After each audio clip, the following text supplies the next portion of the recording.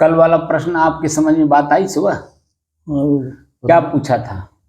एकदम सहज बात था कि नहीं? सहज था, एकदम सहज था कि मैं 2-3 दिन से लगातार उसी पे बोल रहा हूँ कि सार्वभौमिक जो प्रमाण हो, जो सर्वमान्य हो, वो क्या है? इतना तो था प्रश्न। अब बताइए, उतने प्रश्नवाद वो घुमा रहे हैं हमको, कहाँ समझ में आया?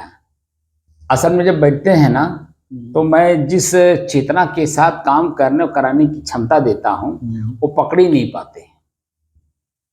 और सुबह कितना बढ़िया से हम बता दिए, 2 घंटा लग गया तो समझने समझाने में है। तो बात पूरी समझ में आ गई ना कि जो प्रत्यक्ष होता है उसे हम देख ही नहीं पाते हैं, क्योंकि हम सुनी सुनाई पढ़ी पढ़ाई बातों में रहते हैं, है ना। तो सुबह बात कुछ समझ में आई कि नहीं आपके? आपको कुछ समझ में आया कि नहीं आया? आया। क्या आया बताइए? सार्वभौमिक विचार प्रमाण क्या है जो सर्वमान्य हो? मान, हाँ, जो सभी लोग माने। हाँ, ऐसा नहीं खाली जो व्रत करने वाले हैं, उपवास रखने वाले हैं, ये देवी दुर्गा पूजने वाले लोग हैं, या मंदिर में जाने वाले हैं, या सत्संग में जाने वाले हैं, वो ऐसा चीज ना हो। वो ऐसी चीजों सभी लोग स्वीकार करें, सभी स्वीकार करें। तो वो अपना श्वास है कि नहीं है? है। अब इससे बड़ा जो प्रमाण और क्या हो सकता है? जो हमारा ही है, हम ही नहीं जानते। हमारे शरीर में है हमारा श्वास, हम नहीं जानते कि ईश्वर इसी को कहते हैं। और जो कि साफ साफ कह रहा, ई धन स्वरी मने, स्वर माने श्वास, लेकिन हमको किसी ने बताया नहीं, जनाया नहीं, इसीलिए हम अनभिज्ञ बने हुए हैं, है ना। लेकिन अब आपको महसूस होता होगा कि बचपन से लेकर के अब तक चाहे कोई भी कुछ भी सिखाया हो, उसमें और अब आपके अनुभव में कितना अंतर दिखाई देता होगा। दिखाई दे रहा है ना? क्योंकि अब प्रत्यक्ष प्रमाण दिख रहा है। अब पहले क्या था? प्रत्यक्ष था नहीं, अप्रत्यक्ष था। अरे मरने के बाद होगा, अरे वहां जाने के बाद होगा, अरे वहां जाओ पहले, अरे सेवा करो, अरे व्रत रहो, अरे उपवास रहो। इस तरह से ज्ञान दे दे करके हम लोगों को भ्रमित किया गया। या तो वो भ्रमित हैं, या तो उनको जनाने वाले भ्रमित थे, और जितना वो जानते थे उतना हम लोगों को बताया, हम लोगों को भी भ्रमित कर गए। ये तो मैं भी बहुत खोज किया हूँ, बहुत खोज किया हूँ, बहुत भारी ज्ञान है आपके पास। और उस खोज को जो है खोजते खोजते खोजते खोजते जब मैं तो बिल्कुल अपने आप में तृप्त हो गया हूँ कि वास्तविकता के धरातल से हम लोग बहुत दूर जा रहे हैं, तब मैं इस बात को शुरू किया कि कम से कम हम जो जान रहे हैं उसको तो समाज के सामने रखो, भले एक ही आदमी हमारी बात को सुने, देखे, जाने। हमको लाखों की भीड़ नहीं इकट्ठा करनी है, हमको तो एक आदमी पैदा करना है जो समझदार हो, ना समझ हो, लेकिन वो धीरे धीरे धीरे हम लोगों की बात को लेकर के समझदार बने। क्योंकि जब समझदारी बढ़ती है तो कहीं आपसी द्वंद्व नहीं रह जाता है। समझेंगे नहीं आप? किसी भी प्रकार का द्वंद्व नहीं रह जाता है। ये बात समझ में आ गई कि नहीं आ गई? आ रही, आ रही। तो श्वास क्या है? प्रत्यक्ष है कि नहीं है? अब श्वास में जो कुछ दिखाई दे रहा है वो क्या है? वो भी तो प्रत्यक्ष है। भी प्रत्यक्ष है। ठंड, गरम, शीतल, सुगंध, दुर्गंध, सामान्य, है ना। सीधे सीधे समझ में आ रहा है कि नहीं आ रहा? और एक एक श्वास को जब हम देख रहे हैं तो उसका परिवर्तन भी दिख रहा है कि वर्तमान समय में क्या हमें महसूस हो रहा है। जैसे अभी इतने टाइम शाम का वक्त है, सुबह ठंड था, इतने टाइम देखिए पंखा चला के बैठे थे। क्यों? क्योंकि गर्म लग रहा है। परिवर्तन दिखाई दिया कि नहीं दिखाई दिया? तो परिवर्तन को परिवर्तन होने दें, हम जो अपरिवर्तनीय हैं उसको हम जानने की कोशिश करें, क्योंकि हम तो स्थिर है ना, और स्थिर चीज कभी परिवर्तन होता नहीं है। ये होता है ना। और संसार में कोई भी चीज जो आंख से देखा जाएगा, कान से सुना जाएगा, वो सब क्या है? वो सब परिवर्तनीय है कि नहीं? परिवर्तनीय है। जहां हम लोग जाएंगे भी, जिससे मिलेंगे भी, जो कुछ भी क्रिया होगी, वो क्रिया के बाद वो परिवर्तन दिखाई देगा, क्योंकि वहां चल के जाएंगे, कुछ दिन रहेंगे, फिर लौट के वहीं आएंगे जहां से गए थे। तो परिवर्तन दिख रहा है कि नहीं दिख रहा है? दिख रहा है। तो हमको चलने की क्या जरूरत है? जहां है वहीं हम स्थिर रहें। स्थिर है।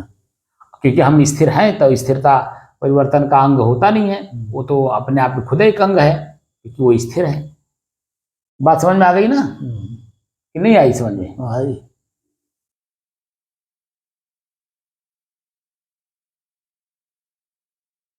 हो गया? हाँ हो गया।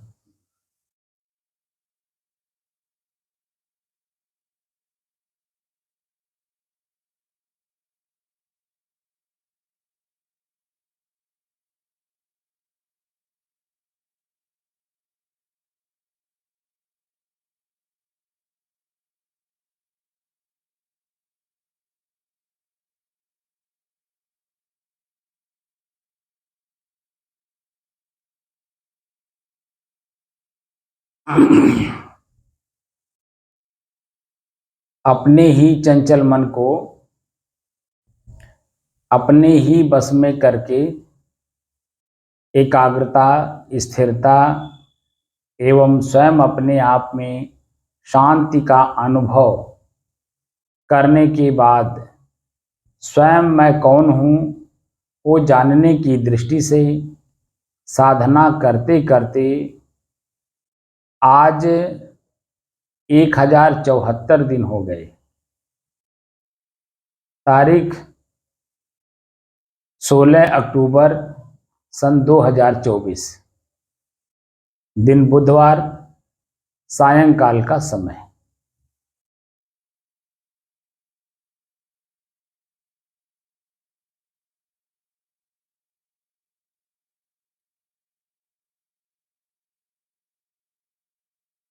तृप्ति कहाँ मिलती है मालूम है?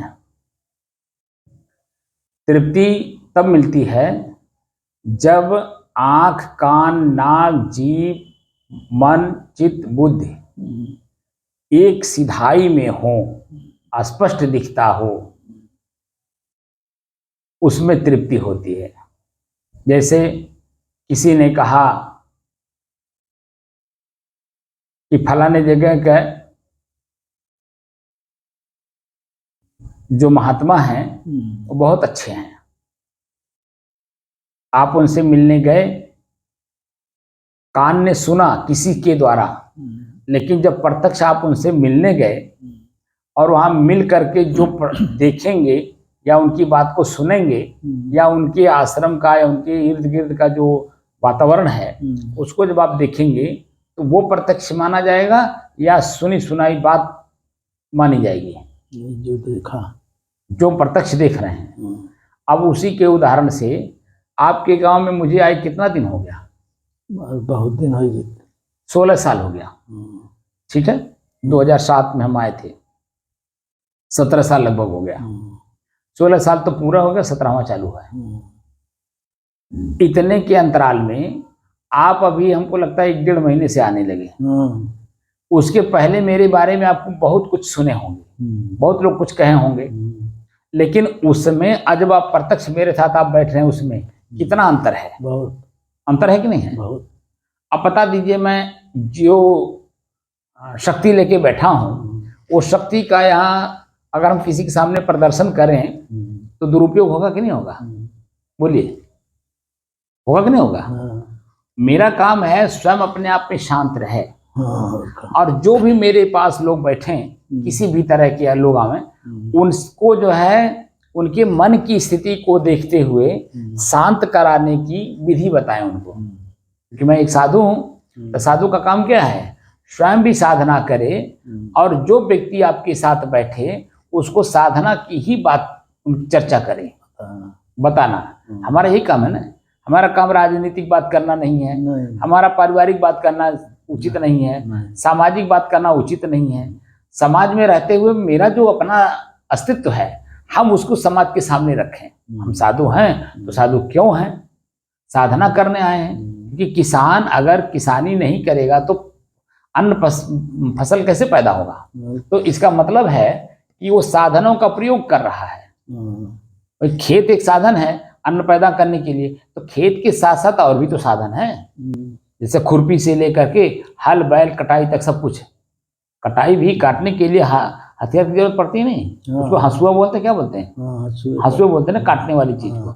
वहां से लेकर के फिर थ्रेसर में दवाई, फिर उसको वसाई, फिर वसा करके ला करके डेहरी में रखना, और फिर डेहरी में से निकाल करके उसको फटक बीन करके धो करके सुखा करके फिर चक्की में पीसना, पिसा करके ला करके फिर उसको सानना, फिर उसको लोई बनाना, रोटी बेलना, फिर तावे में रख करके उसको सेंकना, सेंक करके जब तैयार हो थाली में परोसना, थाली में परोस करके जब जो खाने वाले लोग हैं उनको खिलाना, उनके सामने प्रस्तुत करना। अब वो हाथ भी एक साधन है, हाथ साधन है उठा करके मुंह तक ले जाने के लिए, फिर दांत भी साधन है, फिर जीभ भी साधन है, और फिर उसके बाद जो है नीचे घाटी, घाटी के पास यहाँ भी एक जीभ है छोटी सी, वो जब खुलेगी तभी नीचे जाएगा, अन्यथा तो यहाँ अटक जाएगा। तो कुल मिला करके कितने साधन है, साधन है। तो कुल साधन है, साधन नहीं है, लेकिन हम लोगों को ये सब साधन कहाँ पता है। खाली भूख लगा है, कब कब खाए चाहिए, क्या खाने के लिए थे कुछ पता नहीं, जो आ जाए आम घास जो भी आ जाए सबको खा जाओ। लेकिन जो मनुष्य होता है वो सब कुछ को देखते हुए भी विचार पूर्वक भोजन को ग्रहण करता है कि क्या ये मेरे लायक है, मेरे उचित है, मेरे शरीर के लिए उचित है। वो और जब वो विचार पूर्वक काम करता है तब वो मनुष्य कहा जाता है। जैसे किसान जब फसल पैदा कर लेता है, अपने भी परिवार को भी और समाज के जितने भी लोग हैं उनके साथ बैठ करके वो भोजन करता कराता है, तब तो किसान माना जाता है।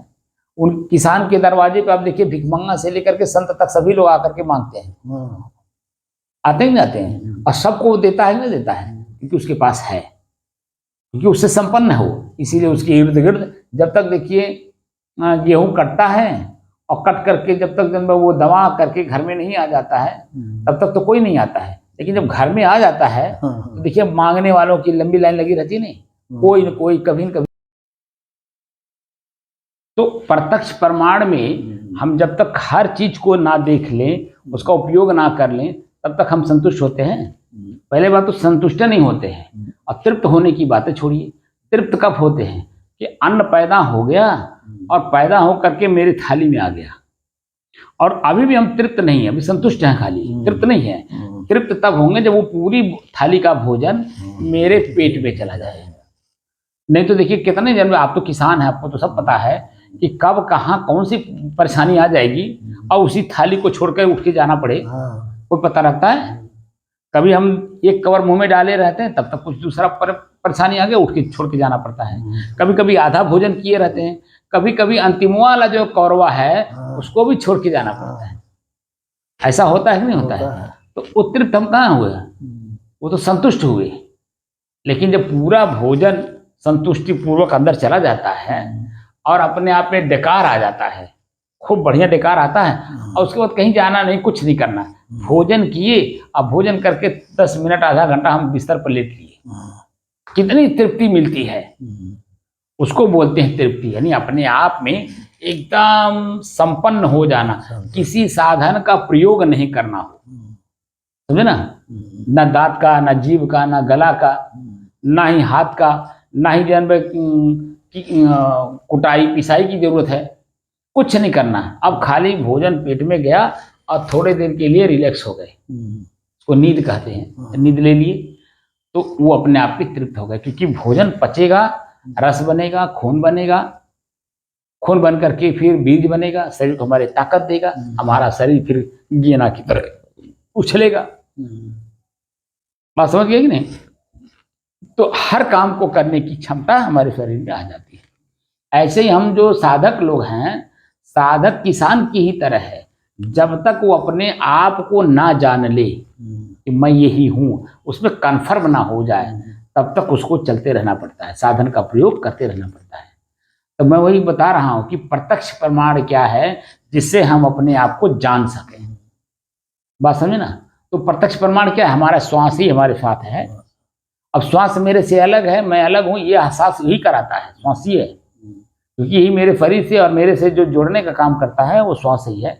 और प्रत्यक्ष प्रमाण हमारा सांस है, हमको अलग महसूस होता है। जितनी दूरी पे आप हो उतनी दूरी पे मैं हूँ, इतनी दूरी पे हमारा श्वास हमको महसूस होता है। तब हम अपने को अलग करके हम हर चीज को देखते हैं, खाली श्वास ही को नहीं देखते हैं, फिर उसमें गर्म, शीतल, ठंडा, सुगंध, दुर्गंध, ये सब भी देखते हैं। फिर और भी जो क्रियाएं उसमें होती है ना, वो सब भी हम लोग देखते हैं। अभी तो मोटी मोटी चीजें प्रत्यक्ष प्रमाण में दिखा रहा हूं ताकि बात समझ में आ जाए, और फिर उसके बाद आगे चल करके हम सूक्ष्म से सूक्ष्म भी हमसे अलग है ये भी हम प्रमाणित करेंगे। लेकिन वो अभी पहले स्थूल को प्रमाणित कर लीजिए कि वो प्रमाण जो है वो सही है कि मैं अपनी दिशा की ओर चल बढ़ रहा हूँ। हम दूसरे की दिशा में नहीं जा रहे हैं, अपनी दिशा में कि मैं यही हूँ। लेकिन अभी बाधाएं बहुत हैं, बहुत बाधाएं हैं। मैंने क्या कहा, घाटी भी हमारी बाधा है, दांत भी हमारे बाधा है, हमारा जीव भी बाधक है, हाथ तो बाधक है, ये है थाली बाधक है। माने कितनी बाधाएं हैं, जब तक पेट में ना चला जाए, हम अपने आप पे डकार ना आ जाए, तृप्ति ना, तब तक बाधा है कि नहीं है। ऐसे ही मैं जब तक अपने आप को पूर्ण रूप से देख ना लूं, जान ना लूं, उसी में स्थिर ना हो जाऊं, तब तक अनेकों प्रकार की बाधाएं हैं। और कितनी प्रकार की बाधा है अभी गिनते चलो, खाली देखते चलो। जैसे सुबह मैंने कहा था ना कि नींद जो अवस्था है वो मेरा अपना अवस्था है। अब उसी को मैंने बताया सुबह कि नींद लेना है, लेकिन नींद कैसे लेना है, देखकर, जानकर और समझ करके लेना है।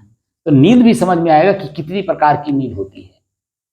10 दिन का टाइम आप लोगों को दोनों जन को दिया हो, अब चाहे दोपहर में सोइए चाहे रात में सोइए, जब भी सोइए तो नींद को देखकर, जानकर और समझ करके नींद में जाइए, तब आप अपने आप को समझ पाओगे धीरे धीरे। सांस लेते लेते नहीं, श्वास नहीं देखना है, अब नींद को देखना कि नींद कैसे आ रही है। अच्छा, तब नींद, अब श्वास नहीं देखना है। अच्छा, अब नींद को देखना है। तो जब नींद को देखेंगे तो जितनी प्रकार की बाधाएं आएंगी ना नींद को लेने में, वो बातें समझ में आएगा। और नींद आई कैसे ये भी समझ में आएगा। कई तरह की नींद आती है ना, आप लोगों को नहीं मालूम, अभी पढ़िए। अब जागते जागते पता नहीं कब आ जाता है, पता नहीं नींद। वही तो बता रहा हूँ ना, क्योंकि वो नींद हम लोग देख कर, जान कर, समझ करके नहीं लेते हैं। वो कुछ ना कुछ कमी रहती है अपने आप। जैसे श्वास को आप देख रहे थे तो पहला प्रश्न मेरा ये था कि श्वास कैसे चल रहा है ना। तो श्वास कैसे चल रहा है ये आपको पता चला कि अगर हम चल के आ रहे हैं, जैसे आप चल के आते हैं तो देखिए सांस तेज रहता है, रहता है ना। लेकिन जब बैठ जाते हैं 5-7 मिनट तो अपने वही सामान्य हो जाता है, है ना। लेकिन मान लो कोई बात अगर चिंता वाली हो तो भी हमारी श्वास की गति तेज हो जाती है। चिंतन करते हैं तो भी हमारा श्वास की गति तेज हो जाती है। ऐसे ही जो है फिर उसी में देखिए धीरे धीरे समझ में आया कि श्वास तो हम ले रहे हैं, श्वास हवा, श्वास माने हवा, हवा अपने आप में शुद्ध है, लेकिन उसमें मिला हुआ क्या क्या है। जैसे दुर्गंध आया तो क्या है, दुर्गंध कहाँ से आया, कैसे आया, उसके ऊपर खोज करने लगते हैं। घर में अगर कहीं दुर्गंध आ गया तो कहते भाई कहाँ से कौन मरा है, चारों तरफ देखते हैं, खोजते हैं उसको, और फिर खोज करके उसको जो मरा हुआ जानवर है उसको निकाल देते हैं बाहर। उसका जो दुर्गंध है वो खत्म हो जाता है कि नहीं, क्योंकि दुर्गंध हमारा नाक बताता है। और नाक में वो हवा है, हवा के द्वारा हमारे नाक में आया ना, हवा में जो दुर्गंध आया तो हमें पता चला कौन जानवर मरा। तो हमारी आंख देख करके कंफर्म करना चाहता है कौन मरा है, कहाँ मरा है, कैसे मरा है। तमाम तरह के प्रश्न उठते हैं और उसको सॉल्व करते हैं कि चूहा मरा है। अब चूहा को निकाल के भरे कर देते हैं, फेंक देते हैं, तो दुर्गंध खत्म हो जाता है। तो फिर हमारी श्वास क्या होती है, सामान्य हो जाती है। फिर सुगंध आया तो सुगंध आया तो फिर प्रश्न अपने मन में उठता है, सुगंध आया तो किस चीज का सुगंध आया और किस दिशा से आया, कौन सेंट लगाया है, तरह तरह का प्रश्न मन में उठता है। और जब वही अपना आंख देख लेता है कि सुगंध इधर से आ रहा है, इस पौधे का है या किसी ने सेंट लगा रखा है, तो कंफर्म हो जाते हैं। तो फिर वो नाक जो हमको बताता है वो अपना वो काम करता है, सुगंध वो आता ही रहता है, लेकिन हम मस्तिष्क से कंफर्म हो गए कि इसी दिशा से आ रहा है, इसी कारण से आ रहा है। तो वहाँ हम लोग फिर बोलते नहीं ना खोजते हैं, एकदम अपने आप में दूसरे काम में लग जाते हैं। ऐसे ही जो हम नींद की बात कर रहे हैं, हम नींद में कैसे जा रहे हैं, हमको नींद कैसे आ रही है ये प्रश्न है। अब नींद को देखना है, जानना है, समझना है, फिर नींद में जाना है। तो पहला प्रश्न है कि नींद कैसे आई, तो वो पता हमारे शरीर बताएगा हमको समय समय से। हाँ, वो सब बताएगा, खाली नींद को लाने के लिए उसको देखिए नींद कैसे आ रही है, तो चिंता अपने आप खत्म हो जाएगी। किसी भी प्रकार की चिंता नहीं रहेगी, खाली नींद देखेंगे कि नींद कैसे आ रही है, तब हमारा शरीर हमको बताएगा कि नींद कैसे आई। बस समझ में। उसके बारे में भी हम बताएंगे, धीरे धीरे बताएंगे, लेकिन एक एक काम करते चलिए और उसमें अपने आप में मजबूती के साथ देख के चलिए, तब हर चीज क्लियर हो जाएगा। जैसे हम आंख से देख करके पहचान रहे कि सुभाष बाबू हैं, अब आप हमको देख के पहचान रहे हैं आंख से कि महात्मा जी हैं, तो हम एक दूसरे को समझ करके ना वार्तालाप कर रहे हैं, क्योंकि आंख देखे कंफर्म कर रहा है। और यही आंख देखे लेकिन चेहरा दूसर हो तो कंफर्म कैसे करेगा सुभाष बाबू हैं या कोई और है? बात समझ नहीं, क्योंकि अब ये आंख कंफर्म हो गया, क्योंकि महीनों दिन से आप बैठते हैं और आज से ही नहीं, हम 16 साल से आपको देख रहे हैं, आप हमको देख रहे हैं, इसीलिए हम दोनों एक दूसरे को कंफर्म है। लेकिन अभी अचानक कोई आ जाए आपकी जगह पे कहे मैं सुभाष हूँ और ये आंख देखा है पहले से, तो बताइए कैसे मान लेगा उसको? मान लेगा है? हाँ, उसका भी नाम सुभाष है ये कहेगा, लेकिन ये सुभाष हैं ये नहीं कहेगा कि हम वही हुए, हम कहेगा कि हमारा भी नाम सुभाष है। तो हम अपने को कंफर्म करेंगे, अच्छा एक सुभाष वो है, एक सुभाष ये है, ये सुभाष यादव है, ये सुभाष चौधरी है, दोनों में अंतर हो जाएगा, नहीं हो जाएगा? अब वहाँ चौधरी और यादव का अंतर हो जाएगा। कहा कि चौहान है न मेरे नाव का। हाँ वही कह रहा हूँ, तमाम तरह। जब देखिए आप बता रहे ना चौहान भी हैं, तो चौहान और चौधरी शब्द लग गया ना, है चौधरी चौहान, तो चप और मात्रा तो दोनों में है, लेकिन वहाँ हान है, यहाँ धरी चौधरी, यही अंतर है। तो वो अंतर हम जब देख रहे हैं, दोनों का चेहरा देख रहे हैं, तो हम कंफर्म है कि ये वो चौधरी नहीं है, ये सुभाष वो नहीं है जो चौधरी है, ये सुभाष चौहान जी हैं। तो हम उनके साथ फिर वैसे बात करेंगे, लेकिन सुभाष चौधरी अगर सामने हो तो फिर हम सुभाष चौधरी की तरह बात करेंगे। इसी को कहते हैं जैसे वेरिफिकेशन। अंग्रेजी में आप बैंक में जाइए तो आप ही का पैसा आप ही को जब लौटाता है बैंक वाला, तो पहले वेरिफिकेशन करता है, वेरीफाई उसको बोलते हैं। वेरीफाई जब कर लेता है अपने नियमानुसार, तब आपको पैसा देता है। लेकिन अगर उसी नियम में कहीं कोई त्रुटि आ जाए, चेहरा ना मिलता हो, अंगूठा ना मिलता हो, दस्खत ना मिलता हो, कहीं न कहीं अगर कमी आ गई, तो कहेगा भैया आप सुभाष साहब नहीं हो, आपका दस्खत